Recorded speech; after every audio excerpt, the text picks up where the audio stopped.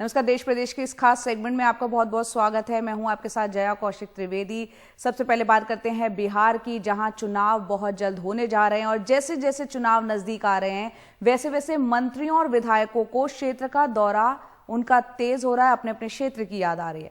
बिहार सरकार के कैबिनेट मंत्री ब्रजकिशोर बिंद वो कैमूर में अपने मतदाताओं को कह रहे हैं कि जब से वो विधायक बने हैं तब से अच्छी बरसात हो रही है, अब सूखा नहीं पड़ता है। अगर वो हारे तो हो सकता है फिर से अकाल पड़ जाएगा।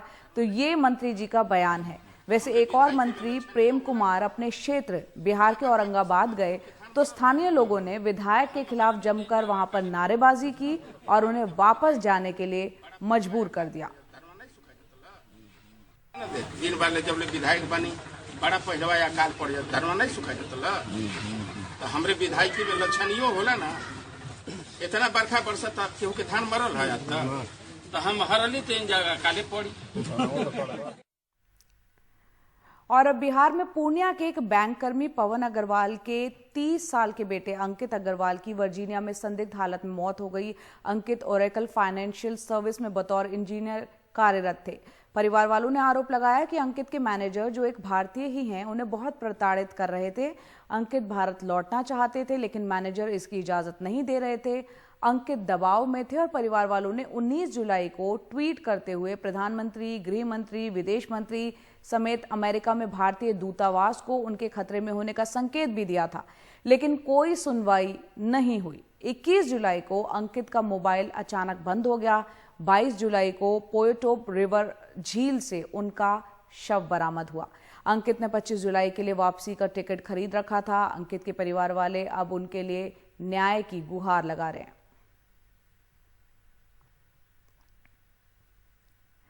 गाजियाबाद से खबर, जहां बुजुर्ग महिला की सरेआम पिटाई करने वाले वीडियो को आपको याद होगा, वो वीडियो आपने देखा होगा। यहां पर दबंग के खिलाफ कोई गवाही देने अभी तक सामने नहीं आ रहा है। सुनील चौधरी नाम के शख्स ने शनिवार को एक बुजुर्ग महिला की इसलिए पिटाई कर दी थी कि उसने अपनी बेटी से छेड़खानी का विरोध किया था। सीसीटीवी तस्वीरें मीडिया में आने के बाद अब जाकर ये शख्स पुलिस की गिरफ्त में आ पाया है। गाजियाबाद के रजापुर गांव की मुकेश देवी की सरेआम सड़क पर पिटाई होती रही और लोग तमाशबीन बने रहे। पहले उन्हें हाथ से, फिर लोहे की कुर्सी से पीटा गया जब तक वो बेहोश नहीं हो गईं। घटना के 2 दिन बाद जब ये दिल दहलाने वाला सीसीटीवी फुटेज मीडिया में आया, तब सुनील चौधरी नाम का ये बदमाश पुलिस की गिरफ्त में आया। मारपीट की शिकार महिला मुकेश देवी के सर और पसलियों पर गहरी चोट आई है। मुकदमा तो दर्ज हमने कराया था। करता था, मेरी साथ भी, लड़की के साथ भी। हमने रसोई में भी पर्दा लगा लिया, देख लो जाकर जंगल में गैस के ऊपर। रजापुर गांव का सुनील चौधरी नाम का ये दबंग पहले भी कई महिलाओं के साथ मारपीट कर चुका है।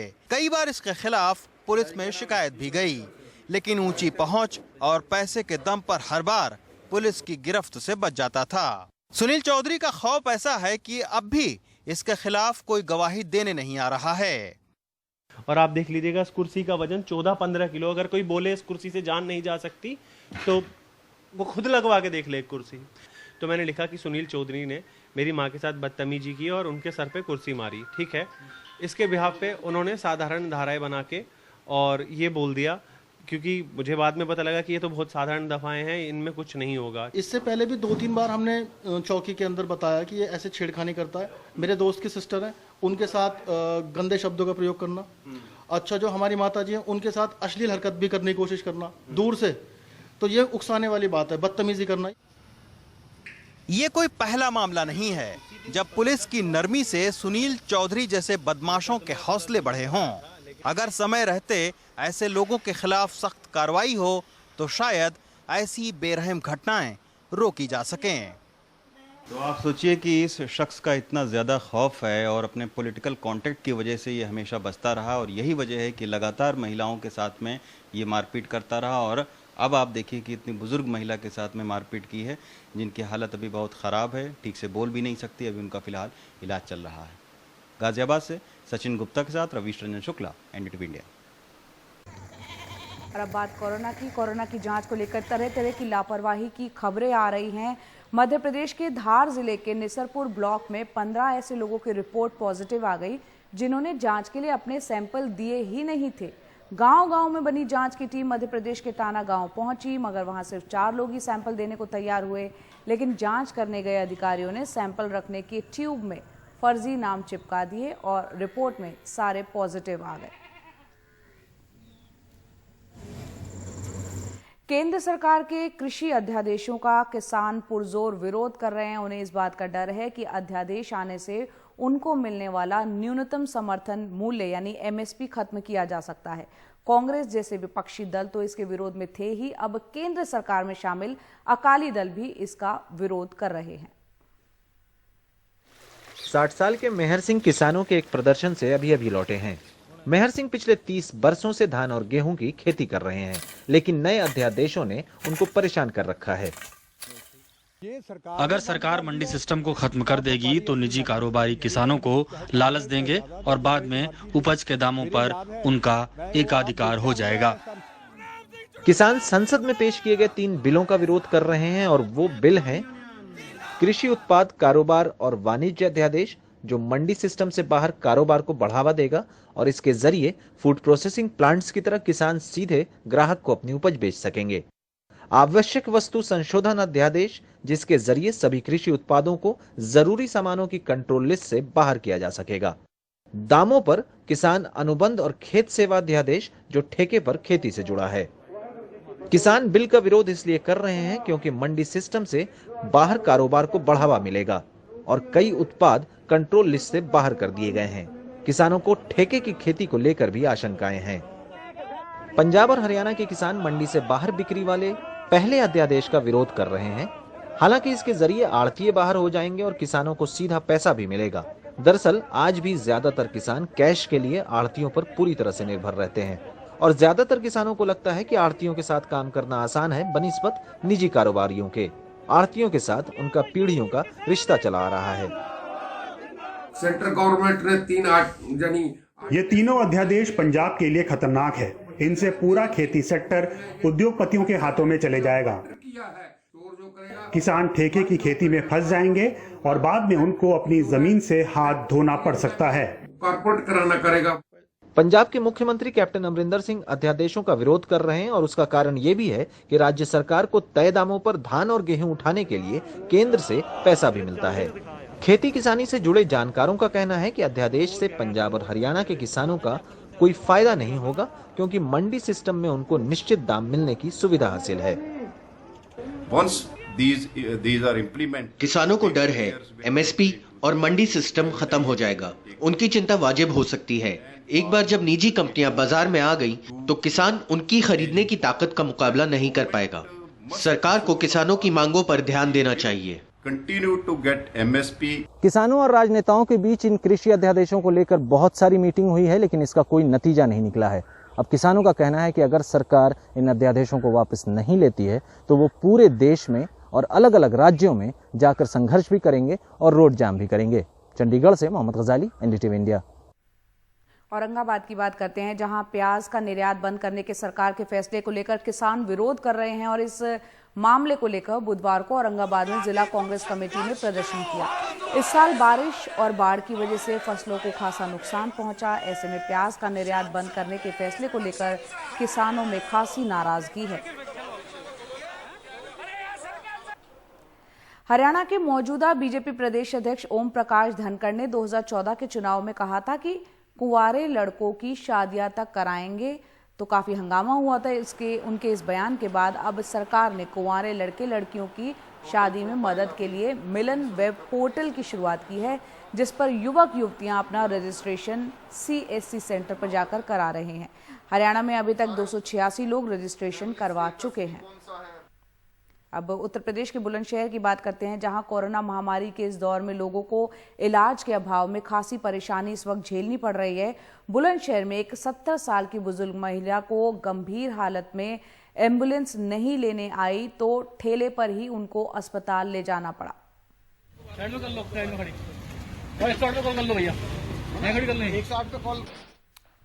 अनलॉक 4 में हिमाचल में कोरोना से बचाव के लिए लागू किए गए कुछ नियमों में राहत दी गई है। राज्य में दाखिल होने से पहले कोरोना की नेगेटिव रिपोर्ट दिखाना अब जरूरी नहीं होगा। इसके साथ ही इंटरस्टेट ट्रैवल के लिए जरूरी ऑनलाइन रजिस्ट्रेशन को भी खत्म कर दिया गया है। इन बदलावों से जो पर्यटकों के लिए आसानी तो होगी ही, राज्य सरकार के नियमों में जो ढील दी गई है उस फैसले से टूरिस्ट पर निर्भर जो कारोबार हैं उससे जुड़े हुए लोग वो काफी ज्यादा खुश हैं। और अब बात मध्य प्रदेश की, जहां कई जिले कुपोषण की चपेट में है। राज्य में लगभग 12 लाख बच्चे इसकी चपेट में हैं। कोरोना के चलते हुए लॉकडाउन का सबसे बुरा असर अगर किसी पे पड़ा तो वो बच्चे, गर्भवती महिलाएं थे। उनके पोषण पर सबसे ज्यादा असर पड़ा। कई जिलों में पोषण आहार बंटे भी नहीं। और इसके अलावा यहाँ पर महिला बाल विकास मंत्री ने आंगनवाड़ी केंद्रों में अंडा देने की वकालत की थी, लेकिन मुख्यमंत्री ने साफ कह दिया कि बच्चों को दूध मिलेगा, अंडा नहीं। आइए देखते हैं हमारे सहयोगी अनुराग द्वारी की रिपोर्ट।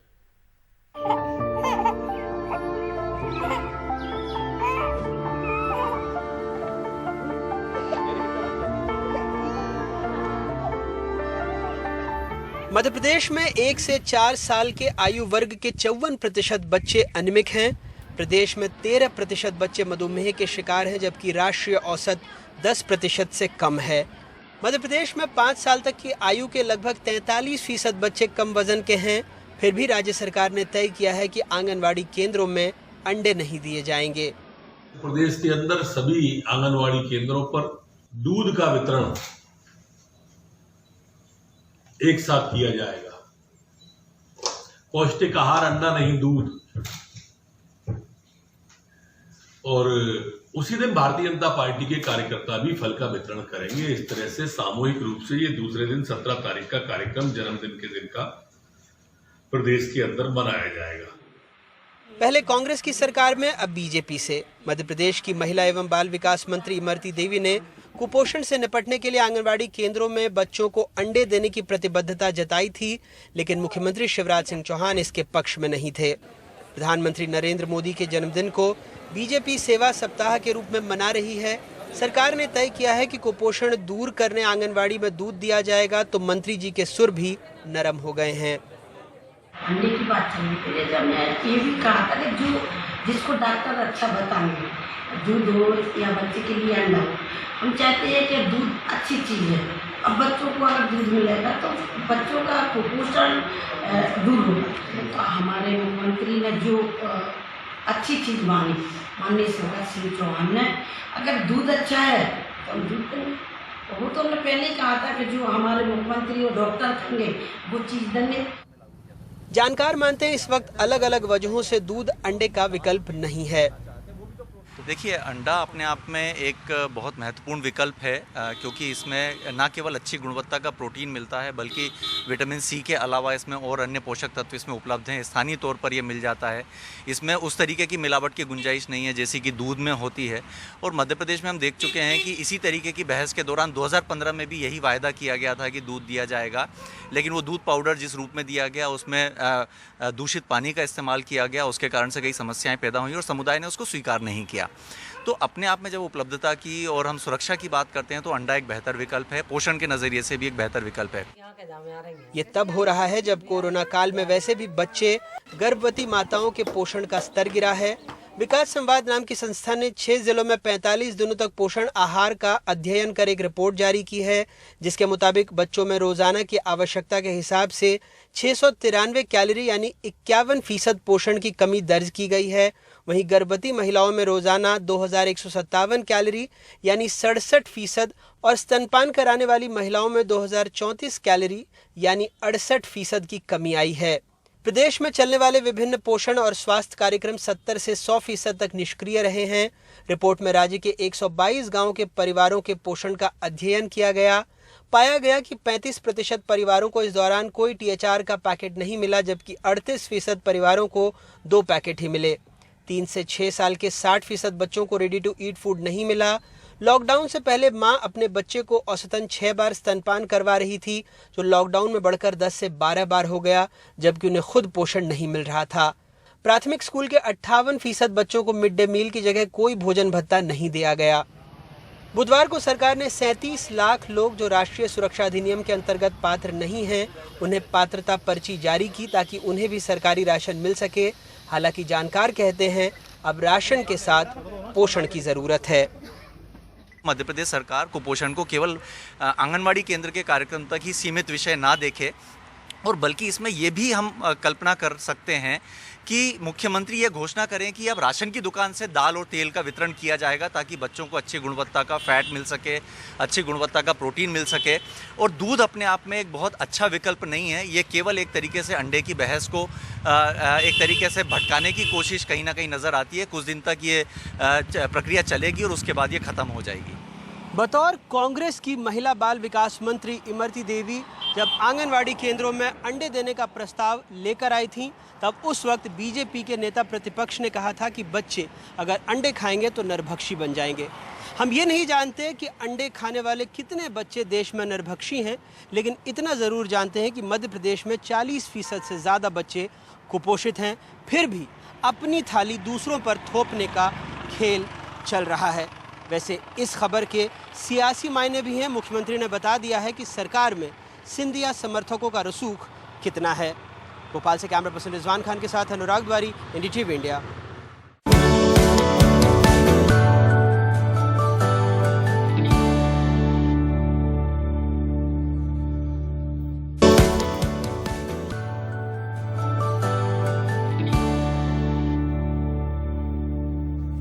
कोरोना के दौर में होम डिलीवरी का चलन काफी ज्यादा बढ़ा है, लेकिन खाने की घर डिलीवरी करने वाले स्विगी के कर्मचारी कमीशन को लेकर खुश नहीं है।